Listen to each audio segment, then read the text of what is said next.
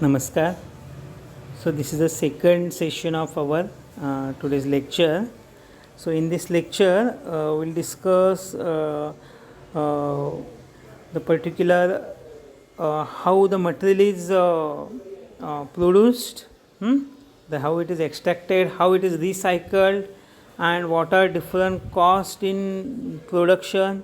So as an engineer, you must know while selecting any material, who is a producer of that material, who is a manufacturer, and which type of raw material is used in their manufacturing.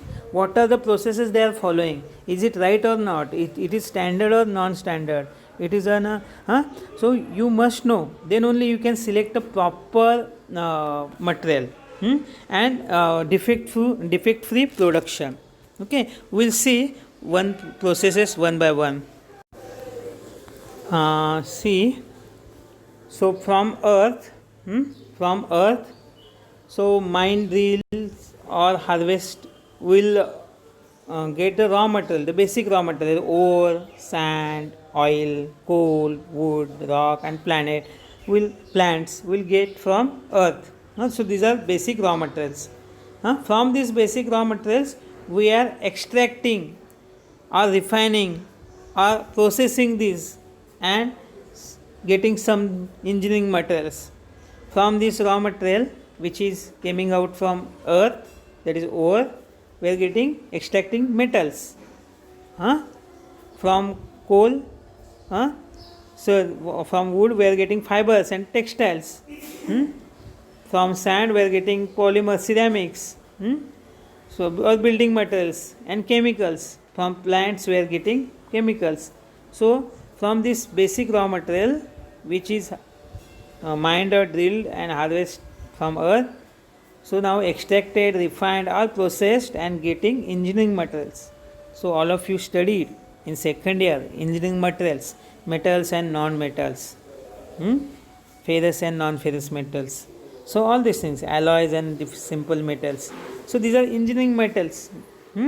So extracting some.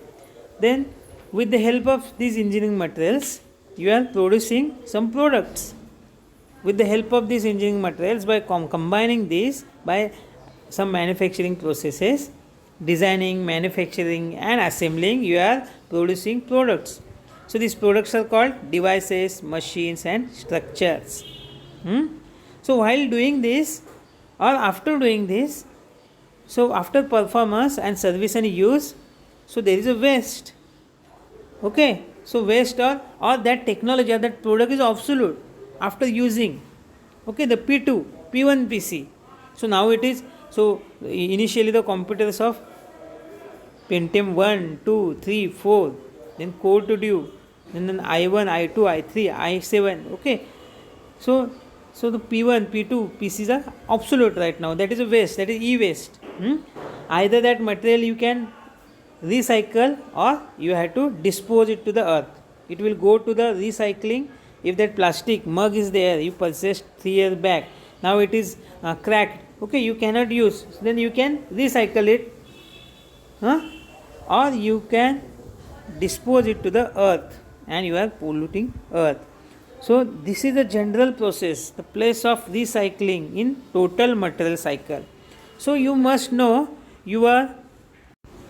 while selecting material, you must know this recycling cycle of that material.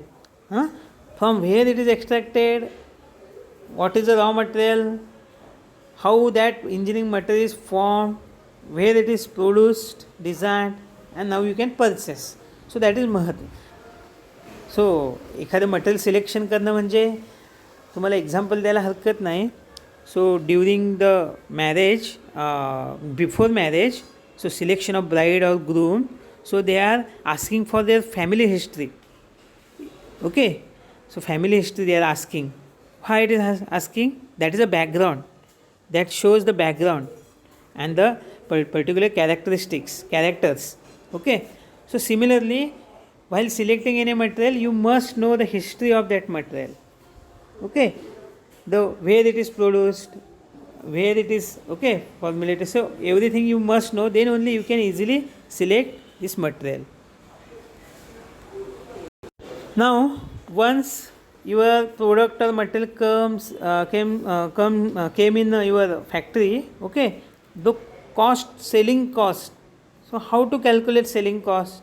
So in next year in production planning control, you are going to study this, the calculation of selling cost, or in industrial engineering and management IM subject you are going to study. But today we will discuss. So initial, there is a cost of product engineering, and actual manufacturing cost. So first is actual manufacturing cost, that is it consists of material cost, okay, purchase of material cost, that purchasing cost, storing cost, inventory cost, it includes that material cost, adding that material cost. Then labor cost, who is manufacturing that product, manufacturing cost. Then manufacturing expenses, means the labor cost as well as the machine cost, the machine investment cost, machine depreciation cost, the light bills, the particular rent for that particular shop, or that particular interest on that capital invested to construct that particular factory. So all comes under this manufacturing expenses, and this totally includes the actual manufacturing cost. But whatever, if you keep manufacturing the same product for many years, it will be obsolete. So what is required? Research and development is required, and there is a modification, optimization, again and again, the saving of raw material resources, utilizing the resource, okay. So it is required. That's why the product tool design you have to change, you have to modify it time to time. Then research and testing, R&D, research and development and testing, and overhead on product engineering. So this product engineering is very important. If you do product engineering properly, then only you can compete in a market, you can develop your product as a competitive one, okay, as a good product you can develop. Simply manufacturing is not important, along with that product engineering important. So that is also, there is also cost required. So overheads on that product engineering. So this is a cost. Along with this, so there is a sales expenses and administration cost, the cost of product sold. This is a outcome. So this much you have, this is your expenditure plus your profit, that is a selling price. So these are the some factors involved in determining selling price. So here the material cost is very important, and the quality of material is very important. If material fails, if it is with defect, so due to this material you cannot sell, and all these efforts are getting wastage. So while dispatching, you will find a defective item, or if your customer is returning your item, means all these costs are considered as a waste, okay. That's why material selection is very important.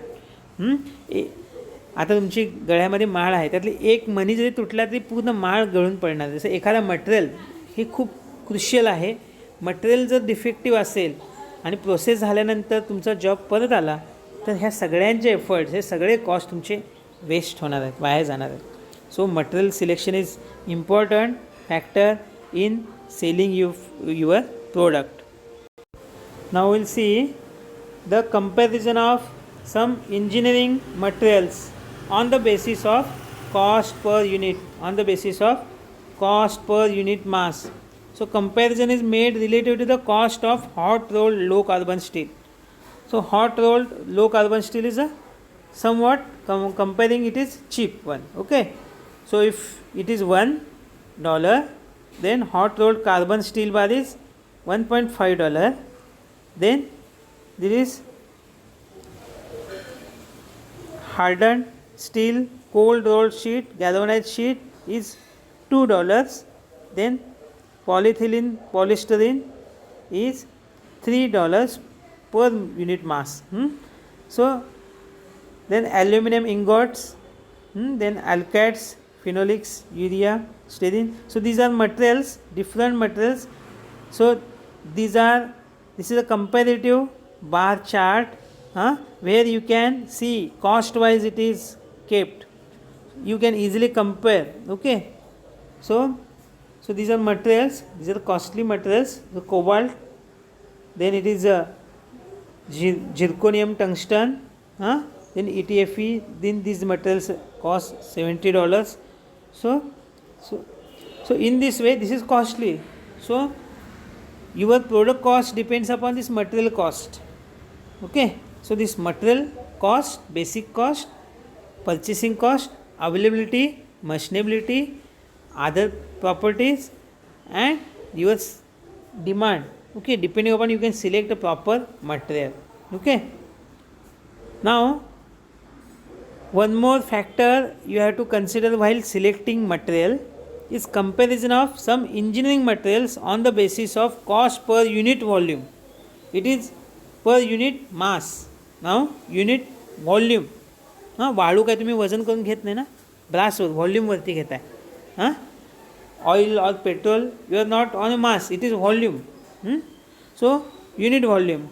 So polystyrene, rigid, vinyl, polyethylene, propellants, these plastic polymers are unit volume, it is less costly. If it is by weight or mass, it is costly, but it is unit volume, it is cheaper.